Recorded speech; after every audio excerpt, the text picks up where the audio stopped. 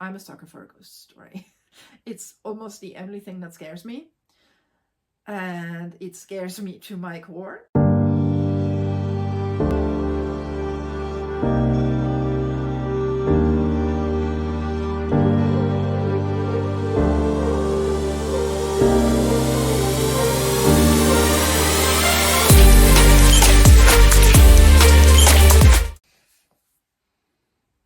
Hi, I'm Ricarda, aka the Point 303 Bookworm, and today I thought I'd discuss a few of the books that I've been reading around this season of Halloween with my kids, who are 6, 4, and 2.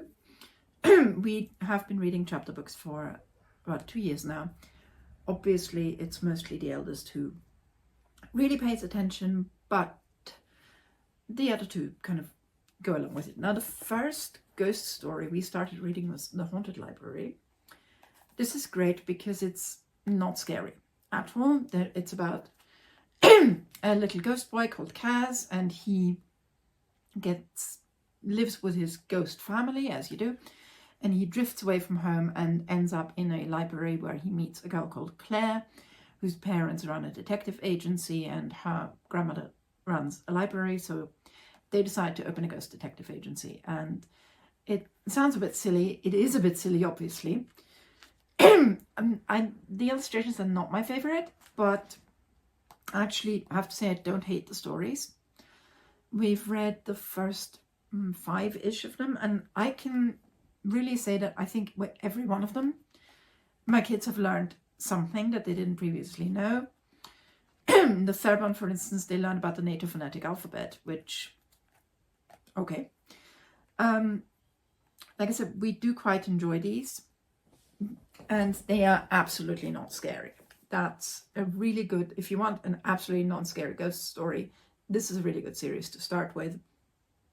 Like I said, illustrations are my favorite, but they're a quick read. They're 120-ish pages. At the moment, I'm still reading them to my son. He has a whole box full of Usborne early young readers libraries, and we're currently reading witch stories and those ghost stories and stuff. Those are also obviously not scary, but they're supposed to be read by children who are just learning to read. Now, sort of the next level of scary, and this is one of our favorites, is Bunnicula. Bunnicula, there's let's see, 7 or 8 of these, and it's very funny. Again, it's not hugely scary or scary at all. Somebody described it as fantastic, and it really is. So it's narrated by a dog called Harold, and actually it always has a preface from the editor which explains that Harold the dog came and handed in this manuscript. And Harold lives with Chester, who's a cat, and the Munro family, who have 2 young boys.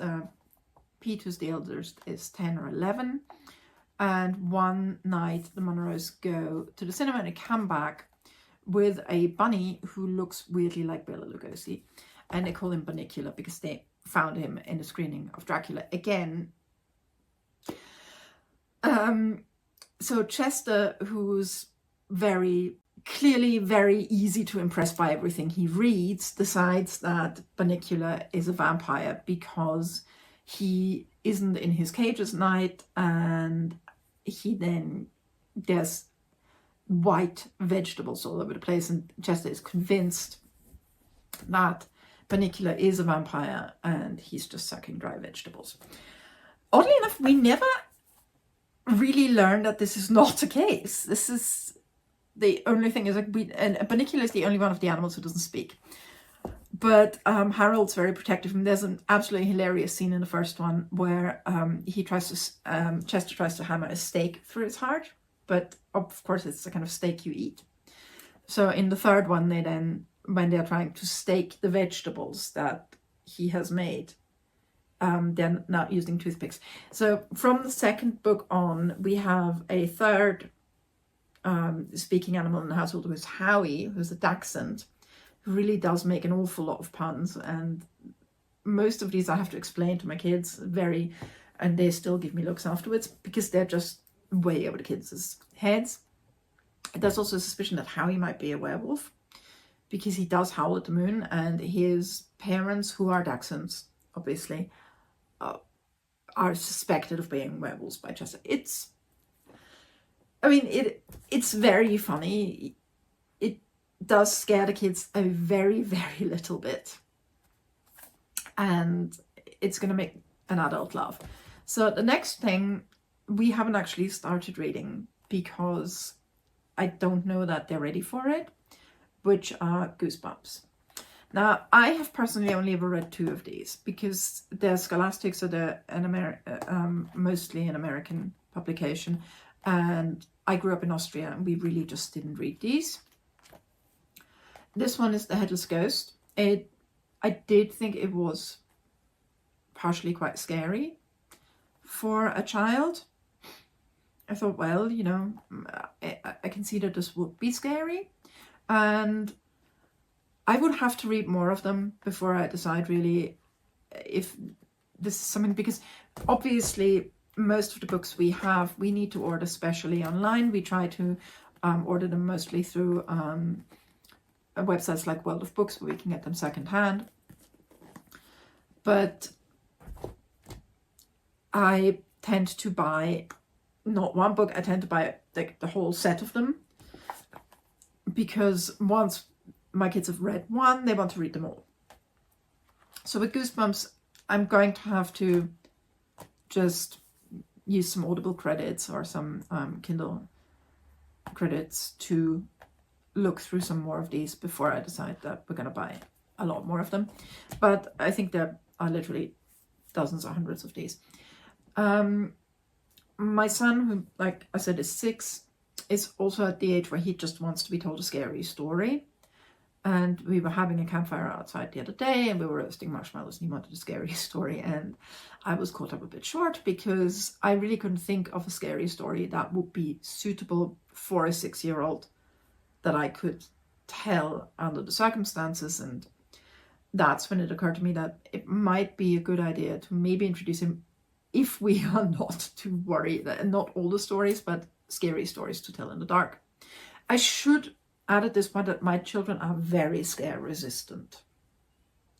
They don't scare easily. They have a very surprisingly sophisticated understanding of what's true versus what's pretend. So they know, for instance, that Peppa Pig is not real, and they understand that the concept of Father Christmas is also not real, and that magic is not real, but these are still things that are part of their lives. So that's probably why they don't scare as easily when it comes to supernatural stuff. And so I think scary stories to tell in the dark, that at least we might try a few of those. We haven't read Ray Bradbury yet, because again, it's an age thing, but we have watched The Halloween Tree, and I have to say that they really enjoyed it. Personally, I thought it's fine. I preferred the book. And if it comes to, like, you know, stories of little kids just having adventures and doing really scary stuff and living in a very specific time and place of the small town America of yesteryear, Ray Bradbury does this beautifully. It's weird because I was talking to my husband about this, and he really likes Stephen King. And I don't like Stephen King, specifically not the stories where we have the young boys. And I don't know what the difference is, really. Maybe in the Stephen King stories, they're usually from very dysfunctional family backgrounds, and I just didn't have that feeling with Ray Bradbury. But I enjoy Ray Bradbury's little kids' scary stories in a way that I never enjoyed Stephen King. So I like The Halloween Tree because it does provide this story of, in the movie 4 and in the book 8, kids who encounter a character who really appears to be death, even though he's not called that, on Halloween, and one of their friends is dying, dead, in mortal peril, hard to say really, and they try and save him, and doing so they go through the history of humanity, exploring the origins of Halloween, and I really liked that. I thought it was very good. It's very didactic, I will say. So if that's not your jam, then it might not be for you, but I liked it, and I guess I like stuff that's sort of educational, and I thought it taught the kids something. When it comes to the pure enjoyment of reading it as an adult, I probably preferred Something Wicked This Way Comes, because that is just, I don't know, like I said, the Ray Bradbury stories, they kind of take me back to my childhood of just this feeling of having adventures and wanting to have adventures and true scariness, where you're scared of things that in a certain respect are really scary and are really adult, but you don't experience it the same way adults do. So you tend to experience a more supernatural element to it. And of course, in these stories, that's real, whereas in my childhood, at least, that was just the way we felt when we felt that we were being followed by somebody as kids, which did happen. We just created a monster in our heads, whereas in reality it was somebody who probably had other ill intentions. So these are books that I really think that if you have kids and you want to introduce them to scary, these are kind of the levels of scary. I would absolutely start with something like The Haunted Library. We started reading these because after we read our first chapter book, which was The Hobbit, I tried to read The Wind in the Willows and was informed that it was so boring. And then it just became clear that if it didn't have a mystery or a big adventure, they weren't gonna listen to it. Then Bunnicula, because it's really not scary. Goosebumps, because they're just really popular and there's a lot of them. And like I said, Scary Stories to Tell in the Dark, mainly as a source for the stories in case you do get asked to tell a story around the campfire. I have the audiobook somewhere. I'm gonna have to listen to it again, because we do hope to have a few more campfires outside this season before it gets too cold. And Ray Bradbury, just for the sheer literary value. Now, a sort of middle grade books, which of course my kids are still too little for, but that I've been really, really enjoying, are Lindsay Curry. And there's one she wrote which is called, I think, The Girl in White. That was the one that I didn't enjoy as much, and I know a lot of other people did. And the reason why I didn't enjoy that as much is because it lacked a sense of place that her other stuff has. Her books, first of all, they have very nice, relatable, not horrible characters who, for instance, also don't have horrible parents, and the person who they feel bullied by at school is also not that terrible. So the home lives of these kids feel very secure and very non-upsetting.